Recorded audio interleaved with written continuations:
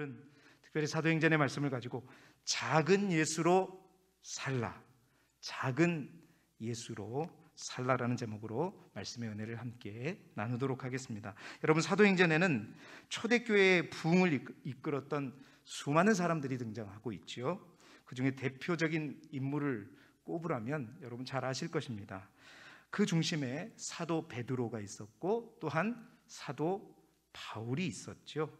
사도행전 이 두 인물을 중심으로 전반부 1장부터 12장까지는 사도 베드로를 중심으로 유대와 사마리아 지역에 복음이 전파되는 내용을 담은, 소위 말하면 그런 거예요. 앞에 부분은 베드로의 행전이다라고 볼 수 있습니다. 사도 베드로의 행전이다. 또한 후반부 13장부터 28장까지는 이제 우리가 이제 바울의 이름을 13장부터 가게 되면 수없이 듣게 될 텐데, 바로 바울을 중심으로 한 이방인 선교의 내용이 바울의 1, 2, 3차 선교 여행을 중심으로 드러나 있게 되죠. 그래서 그 후반부를 바울 행전이다라고 말할 수 있겠습니다. 우리가 지금 이제 사도행전 10장을 향해 가고 있는데, 사도행전 1장부터 5장까지 베드로를 중심으로 집중적으로 베드로의 사역들이 언급되었었죠. 그러다가 6장부터 9장 전반부까지는 이제 베드로에 대한 얘기가 잠시 멈추고, 우리가 보았던 것처럼 스데반의 순교 이야기, 그리고 빌립 집사의 전도 이야기, 그리고 이제 후반부를 이끌어갈 사울이 등장했죠. 그리고 사울의 회심 사건들이 기술되었고, 이제 9장 후반부, 특히 오늘 우리가 읽은 본문으로부터 다시 베드로의 이야기, 베드로의 사역 이야기가 기록되고 있습니다.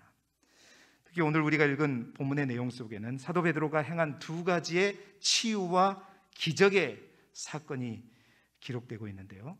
여러분, 사도행전의 저자가 누구죠? 우리 말씀이 특기가 되는 길두교회가 이러면 안 되는데. 사도행전의 저자는 누가? 네, 누가입니다. 사도행전의 저자는 누가이죠. 누가의 직업은 의사입니다. 여러분, 이제 새벽마다 누가복음도 제가 이제 한 이틀 정도 강의를 하고 있잖아요. 누가복음을 다른 복음서와 비교해 보면 정말 누가는 의사라서 그런지 통찰력이 다른 복음서 기자와는 또 다릅니다. 그러니까 정확히 다른 복음서 기자들이 보지 못한 부분들을 통찰력 있게 바라보고 그 속에서 나타난 하나님의 또 다른 메시지를 발견하는 모습들을 볼 수 있죠. 자, 사도행전의 저자 누가는 오늘 베드로와 관련된 이 두 사건의 기록을 딱 연결시켜서 기록하고 있습니다. 자, 그런데 이 기록을 통해서 과연 성령의 감동에 따라서 누가는 무엇을 주목하고 무엇을 드러내려고 하는 것일까요? 자, 오늘 치유와 기적 사건 두 사건이 기록되는데, 그 치유와 기적 사건 그 자체를 주목하는 것인가? 아니면 그 사건의 중심에 있었던 베드로인가? 그것도 아니면 병 고침을 받은 애니아와 또 다시 살아난 다비다의 초점을 맞추고 있는 것일까? 아니면 이러한 사건을 보고 죽게로 돌아온 군중들일까? 여러분, 어디에 초점을 맞추고 말씀을 묵상하느냐에 따라서 설교도 마찬가지입니다. 똑같은 본문일지라도 메시지가 달라지겠죠. 그러나 추측컨대 여러 가지 정황상으로 볼 때 저자의 입장에서, 저자가 바라보는 관점에서 지금 성령의 감동에 따라 이 저자는 무엇을 주목하고 얘기하고 있는가, 곰곰이 오늘 본문의 말씀을 묵상할 때 개인적으로 제가 느껴지고 또한 보여지는 것은, 이 말씀을 통해서 저자 누가는 바로 사도 베드로를 집중하고 있다는 것입니다. 이 두 가지 기록을 통해서 베드로가 이제 진정한 주님의 제자임을 보여주기 위한 의도를 가지고 기록하고 있다는 것이죠. 여러분, 베드로가 어떤 사람이었죠? 그는 갈릴리의 아주 평범한 한 사람의 어부였습니다. 그런데 그런 베드로가 어느 새벽에 주님을 만나게 되었죠. 주님을 만나서 깊은 곳에 그물을 내리라는 도저히 이해할 수 없는 명령이었지만 그 명령을 그대로 수행했을 때 놀라운 기적의 역사가 일어나는 것을 보고 그는 주님의 무릎 아래 엎드려 주님 나를 떠나소서 하면서 그에게 하나님과 주님과의 인카운터, 만남이 시작되었습니다. 그래서 그 주님과의 만남을 통해서 이제 그는 물고기를 잡는 어부가 아니라 사람을 낚는 어부로 주님의 제자의 삶을 시작하게 되었죠. 열정적이고 또 다혈질적인 제자 베드로, 그는 어느 제자들보다도 항상 걸음이 빨랐고 앞서서 행하려고 했던 사람이었습니다. 그런데 그런 베드로가 어느 순간 갑자기 겁쟁이 제자가 되어버렸죠. 그가 믿고 따르던 예수님이 잡히시자 제자로서 예수님을 모른다고 3번이나 부인했던 제자가 바로 사도 베드로였습니다. 하지만 그러한 베드로를 우리 주님께서는 부활하신 후에 다시 찾으셨고 그 베드로를 내가 나를 사랑하느냐라는 3번의 질문을 통해서 3번의 부인을 완전히 지워버리게 하셨고 그를 다시 회복시키셨습니다. 그리고 부활하신 이후에 그는 성령 충만을 받게 된 이후에 이제 그는 참다운 제자의 모습으로 변하여 초대교회에 사도 바울과 더불어 기둥과 같은 하나님의 사도로 쓰임받게 되는 것이죠. 오늘 그 베드로의 모습이 이 2가지의 사건을 통해서 얼마나 베드로가 성장했고 어떠한 모습을 보여주고 있는가를 아마 단적으로 보여주는 2 사건이 오늘 본문의 내용인 것입니다. 오늘 말씀을 통해서 이 2가지 사건을 통해서 드러난 베드로의 모습을 통해서 우리 또한 베드로처럼 정말로 이 시대에 특별히 우리 길두교회 가운데에서도 하나님 앞에 쓰임받는 기둥이요 보배와 같은 여러분이 되시기를 그리스도 예수 이름으로 축원합니다. 자, 오늘 첫 번째 사건을 통해서 베드로는 어떠한 사역들을 하게 되는 것을 보게 됐느냐? 병든 애니야를 고쳤다라는 것입니다. 병든 애니야를 고쳤습니다. 여러분, 베드로는 오늘 팔레스타인 서부 지역을 순회 전도하면서 사역을 행하던 중에 루다라는 곳에서 애니야라고 하는 사람을 만나게 되죠. 애니야는 여러분 성경에 있는 바와 같이 중풍병으로 8년째 침상에 누워있는 사람이었습니다. 사랑하는 성도 여러분, 하나님의 사랑에는요 그의 백성을 억누르는 것으로부터 풀어주는 놀라운 능력이 있는 줄 믿습니다. 루다의 애니야도 이 베드로를 통해서 그런 능력을 체험하게 되는 것이죠. 예수님은 그 애니야를 그냥 두실 수 없었던 것 같습니다. 그래서 베드로를 보내서 그를 억누르던 중풍병이라고 하는 병에서 그를 해방시켜 주셨죠. 자, 오늘 34절의 말씀을 우리 화면을 보면서 같이 다시 한번 읽어보도록 하겠습니다. 시작. 베드로가 이르되 애니야야, 예수 그리스도께서 너를 낫게 하시니 일어나 내 자리를 정돈하라 한데 곧 일어나니 아멘. 베드로가 침상에 누워있는 애니야를 향해 외쳤습니다. 애니야야, 예수 그리스도께서 너를 낫게 하시니 일어나 내 자리를 정돈하라. 아멘 하시는 분들은 정돈이 될 줄 믿습니다. 안 하시는 분들은 내일도 정돈이 안 돼요. 다시 한번. 애니야야, 예수 그리스도께서 너를 낫게 하시니 일어나 내 자리를 정돈하라. 그래요. 아멘이에요. 아멘이에요. 베드로는 그렇습니다. 베드로의 이 선포는요, 하나님께서 주님께서 그에게 믿음을 주셔서 하는 선포입니다. 그냥 말로 하는 게 아니라 성령께서 믿음을 주신 거예요. 그래서 담대함과 확신에 찬 치유의 말로 선포하였던 것입니다. 성령으로 충만한 베드로는 그래서 예수 그리스도 이름으로 선포했어요. 그리스도께서 너를 낫게 하시니. 여러분, 베드로는 자신의 능력으로 애니야를 일으킨 것이 아니라 그 안에서 부활의 능력으로 역사하시는 예수 그리스도의 이름으로 중풍병자인 애니야를 일으켜 세운 것입니다. 이 말은 베드로는 더 이상 예수님을 부인한 겁쟁이가 아니었다라는 사실입니다. 절망 가운데 이전처럼 평범한 어부의 삶으로 돌아간 나약한 베드로가 아니었다는 거죠. 오순절 마가 다락방에서 불과 같은 성령의 충만함을 입은 그는 이제 초대교회 리더가 되었고 복음 전파의 최전선에서 주님께서 주신 믿음으로 담대하게 선포하며 구원의 복음을 전하는 능력 있는 전도자가 되었다는 사실을 이 사건을 통해서 분명히 보여주고 있는 것입니다. 자, 그런데 오늘 이 사도행전의 저자 누가는 그의 이러한 모습 속에서 뭔가 누군가의 향기를 찾고 있다라는 사실을 저는 본문을 묵상하면서 느끼게 되었습니다. 여러분, 중풍병자 애니야는 이 사건은 누구를 기억나게 하냐면 예수님께서 사역하실 때 가버나움이라고 하는 동네에 갔었을 때, 여러분 기억하시죠? 친구들의 도움으로 지붕을 뜯고 침상채 내려왔던 어떤 병자? 중풍병자를 기억나게 하는 사건이에요. 애니야도 동일한 무슨 병이죠? 중풍병자였어요. 거동을 할 수 없습니다.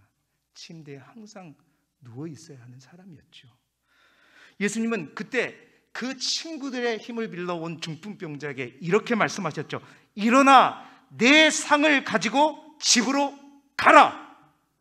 또 아멘이 이래. 아멘이 이러면 내일도 못 갈 줄 믿습니다. 일어나 내 상을 가지고 집으로 가라. 아멘. 그러고 벌떡 일어나 갔잖아요. 네. 여러분, 그 자리에 베드로가 있었을까요? 없었을까요? 당연히 있었죠. 분명히 그 자리에서 중풍병자가 어떻게 침상을 박차고 일어나 걸어가는 것을 분명히 보았을 것입니다.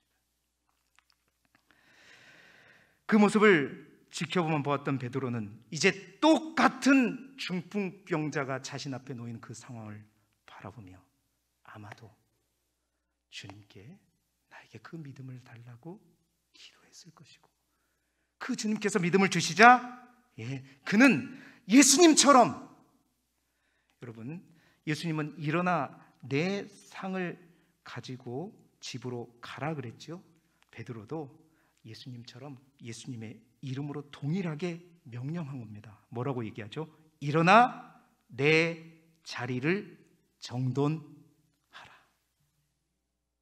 일어나 내 자리를 정돈하라. 여러분, 누가는 베드로의 이 선포를 통해서 지금 이 상황이 그 가버나움에서 그 중풍병자의 상황과 비슷하고 베드로가 주님께서 주신 믿음을 가지고 예수님처럼 예수 그리스도의 이름으로 동일한 명령을 선포하고 있구나. 여러분, 그렇습니다. 베드로의 모습 속에서 예수님을 닮은 능력의 모습이 나타나고 있음을 주목하고 있는 것이죠. 사랑하는 성도 여러분, 그러한 베드로의 치유 사역을 통해서 하나님의 복음이 그 도시와 그 인근 지역에 널리 전파되어서 오늘 성경은 많은 사람들이 주께로 돌아오는 역사가 일어났다고 기록하고 있습니다. 그렇습니다. 베드로는 이제 예수님을 닮은, 그렇습니다, 작은 예수로서의 삶을 시작해가고 있는 것이었어요. 그거를 누가는 지금 통찰력 있게 바라본 거예요.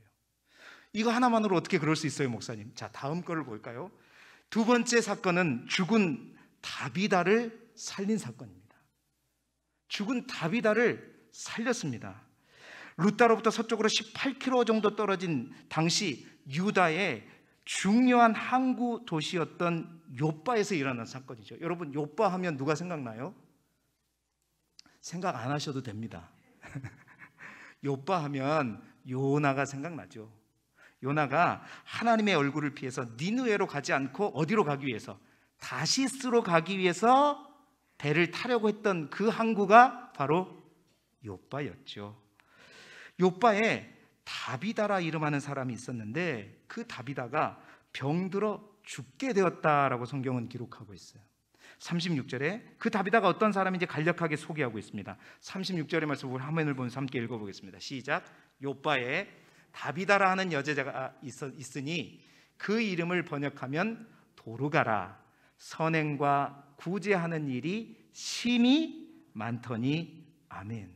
여러분, 이 다비다가 사도행전에 기록된 최초의 여제자입니다. 가장 먼저 기록된 여제자예요. 이 다비다, 그의 헬라식 이름은 도르가라 하는 이름이죠. 근데 이 욥바의 여제자 도르가가 병들어 죽자 사람들이 시체를 씻어 다락에 안치하여 두었다고 성경은 기록하고 있어요. 이 말은 뭐냐면 이제 장례를 치르기 위해서 시체를 씻어 임시로 다락에 안치하였던 것입니다. 근데 그는 살았을 때 선행과 구제함으로 많은 사람들이 그를 사랑했던 것 같아요. 그래서 죽은 그 다비다를 추모하기 위해서 많은 사람들이 함께 모여 있었죠. 그래서 많은 사람들은 그 다비다의 죽음 소식을 듣고 혹 저 루다에 베드로와 함께하는 제자들이 있다는 소식을 듣고 그 베드로에게 청하여 베드로를 데리고 이 다비다에게 가기를 원했습니다. 그래서 두 사람을 보내죠. 그래서 빨리 가서 루다에서 베드로를 데리고 오게 됩니다. 베드로가 이 다비다의 집에 도착했더니 울음바다가 된 거예요. 많은 사람들이 슬피 울고 있었습니다. 그런데 베드로가 죽은 다비다를 향해 다락으로 올려갔고 그것에 어떤 행동을 하였는가? 40절의 말씀을 우리 함께 같이 읽어보겠습니다. 시작. 베드로가 사람을 다 보내고 무릎을 꿇고 기도하고 돌이켜 시체를 향하여 이르되 다비다야 일어나라 하니 그가 눈을 떠 베드로를 보고 일어나 앉는지라. 아멘. 여러분, 이게 보통 일이 아니에요. 진짜 보통 일이 아니에요. 죽은 다비다가 벌떡 일어났어요. 눈을 동그랗게 뜨고 베드로를 앉아서 바라보는 거예요. 여러분들은 무서울지도 몰라요. 엄청난 일이 일어난 것입니다. 자, 보세요. 베드로는 지체하지 않고 시신이 놓인 다락으로 올라가서 무릎을 꿇고 하나님께 기도하고 돌이켜 시체를 향해 선포했어요. 뭐라고 선포했죠? 다비다야 일어나라. 좀 까먹지 말고 아멘 좀 하세요. 다비다야 일어나라. 아멘 안 한 사람 내일도 못 일어난다니까요. 다비다야 일어나요. 다비다야 일어나라. 그런데 놀랍게도 바로 그 외침을 듣고 죽은 시체가 눈을 뜨게 되고 베드로를 보고 일어나 앉습니다. 놀라운 기적이 발생하죠. 죽은 다비다를 베드로가 살린 놀랍고 엄청난 기적이 일어난 것입니다. 여러분, 복음서에 보면 예수님께서 죽은 자를 살리신 3번의 사건들이 기록되고 있어요. 이거는 신대원 시험 문제에 나옵니다. 이거 맞추면 여러분 신대원의 장로의 신학대학교에 갈 수 있어요. 3가지 사건. 첫 번째 뭐냐? 마르다와 마리아의 오빠 누구? 나사로를, 죽은 나사로를 살린 사건이고, 두 번째 사건은 나인성 과부의 아들을 살리신 사건이고, 장신대까지는 아직 덜 갔지만 저 대전신학대학까지는 간 것 같습니다. 세 번째는 회당장 야이로의 딸, 죽은 딸을 살리신 사건입니다. 그런데 오늘 이 다비다를 살린 사건 또한 여러분 예수님의 한 사건과 너무나도 닮아 있어요. 왠가? 그 3가지 사건 중에 마가복음 5장에 기록된 사건이 회당장 야이로의 딸을 살린 사건입니다. 예수님께서 죽은 야이로의 딸을 살리실 때 손을 잡고 외치셨죠. 여러분 뭐라고 외쳤죠? 그 아이의 손을 잡고 이르시되 달리다 굼 하시니 번역하면 곧 내가 내게 말하노니 소녀야 일어나라 하십니다. 아멘. 뭐라고요? 달리다 굼. 여러분 달리다 굼은 아람어입니다. 아람어예요. 달리다 쿰이에요. 달리다 쿰. 이 달리다쿰은 아람어로서 무슨 의미냐? 소녀야 일어나라 라는 말입니다. 자, 그런데 여러분, 여기에 아주 재밌는 게 있어요. 오늘 베드로 사도도 다비다를 향해 뭐라고 외쳤죠? 다비다야 일어나라. 그런데 여러분, 이 다비다야 일어나를 아람어로 하게 되면 뭔지 아세요? 타비다쿰. 타비다쿰. 달리다쿰, 타비다쿰.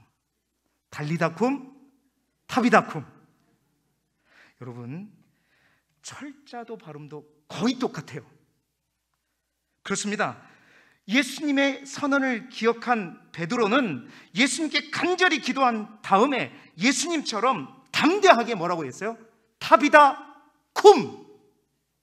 했던 거예요. 아람어로 하니까 아멘이 아무도 안 나오시네. 타비다야 일어나라 외쳤던 거예요.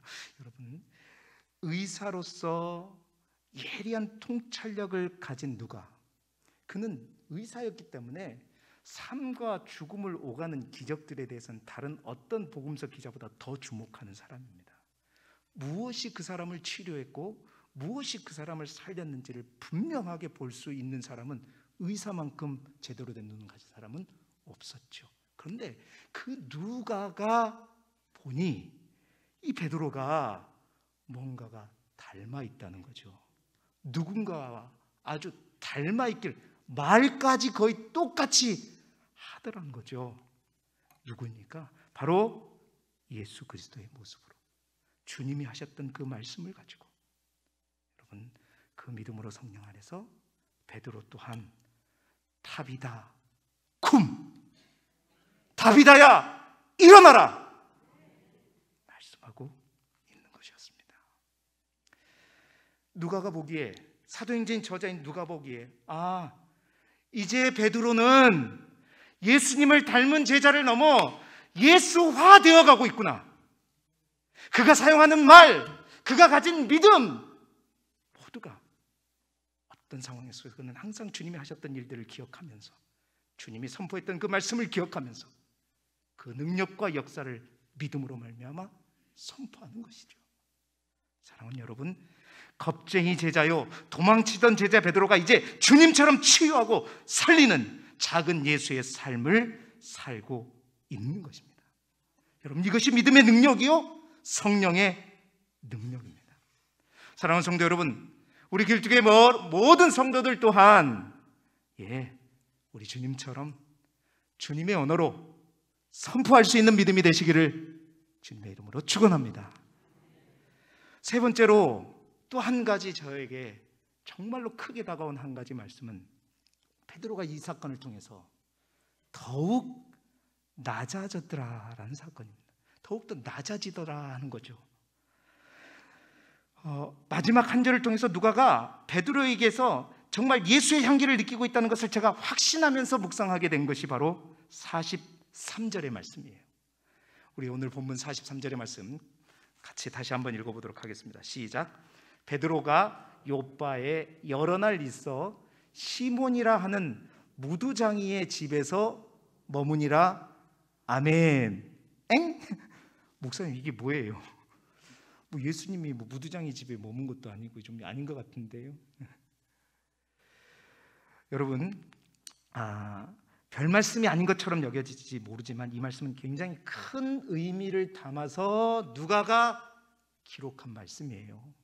누가는 이제 그저 베드로가 사람을 고치고 또 사람을 살리는 것에서 관찰하고 기록하면서 그치지 않고, 그가 누구의 집에서 거주하는가, 이제 10장에 가서 고넬료를 만나기 전까지 누구의 집에서 보내는가를 유심히 보고 이곳에서 또 다른 주님의 모습을 보게 되는 거예요. 여러분이 지금 베드로가 있었던 이 사역의 현장에 있었다고 생각해 보면 사실 엄청난 일이잖아요. 제가 중풍병자로 8개월째 누워 있는 사람에게 내 상을 들고 일어나 그러는데 확 일어나 버려요. 걸어가 버려요. 죽은 자들의 다비다쿰 했는데 막 살아서 눈동그랗게 저를 쳐다보고, 여러분 그러면 어떻게 되겠어요? 아마 요즘에 옛날 TV에 추앙이라는 단어가 있어요. 아마 여러분은 저를 보면서 추앙하게 될걸요. 와, 정훈 목사 이거 엄청난 능력이 있구나. 여러분, 이 사건의 현장에 있으면 모두가 아마 베드로를, 야, 저 사람이 저렇게 능력이 있었나? 그런데요, 우리가 이미 성경을 보았지만 어느 누구도 그러한 능력을 행하는 베드로에게 집중하지 않고 있음을 보게 됩니다. 어느 누구도 베드로를 집중하지 않아요. 왜일까? 베드로는 그 사역 가운데 전혀 자기가 드러나는 행위를 하지 않았기 때문인 거죠. 오히려 베드로가 아니라 모든 사람들은 그 베드로의 사역을 통해서 주님을 주목하고 주님을 따르고 주님을 믿게 되었다라고 성경은 기록하고 있습니다. 다시 말해서 35절에 죽게 돌아오고 42절에 주를 믿더라라고 되어 있지, 누구도 베드로를 따라가지 않은 것을 보게 돼요. 자, 그거의 결정타가 뭐냐? 43절이에요. 그 베드로가, 그 엄청난 일을 행한 베드로가 이 정도 되면, 부흥 강사가 이 정도 되면 우리는 부흥 강사를 저 가장 누추한 초가집 상간에 모실까요? 아니면 고흥에서 제일 좋은 호텔에 모실까요? 여러분이라면 어디에 모실 거예요? 당연히 편안한 곳에 머무시면서 또 많은 기적을 행하라고 이렇게 모시겠잖아요. 근데 베드로는요, 시몬이라고 하는 사람의 집에서 머물렀는데, 그 시몬이 어떤 직업을 갖고 있는 사람이냐면 무두장이래요. 여러분, 무두장이라고 하는 것은 무엇이냐? 짐승의 당시 가죽을 가공해서 뭔가를 만드는 그런 직업입니다. 사실 말하면 이 직업은요, 유대인들이 가장 꺼려하는 낮고 천한 직업 중에 하나인 거죠. 다시 말해서 무두장의 집은 수세식 이 병기도 없고 그냥 푸세식의, 지금으로 말하면 그런 집인 거예요. 누가는 베드로의 이 모습을 주목하고 있는 것입니다. 이러한 베드로의 모습 또한 누구의 모습을 닮았다? 주님의 모습을 닮았다.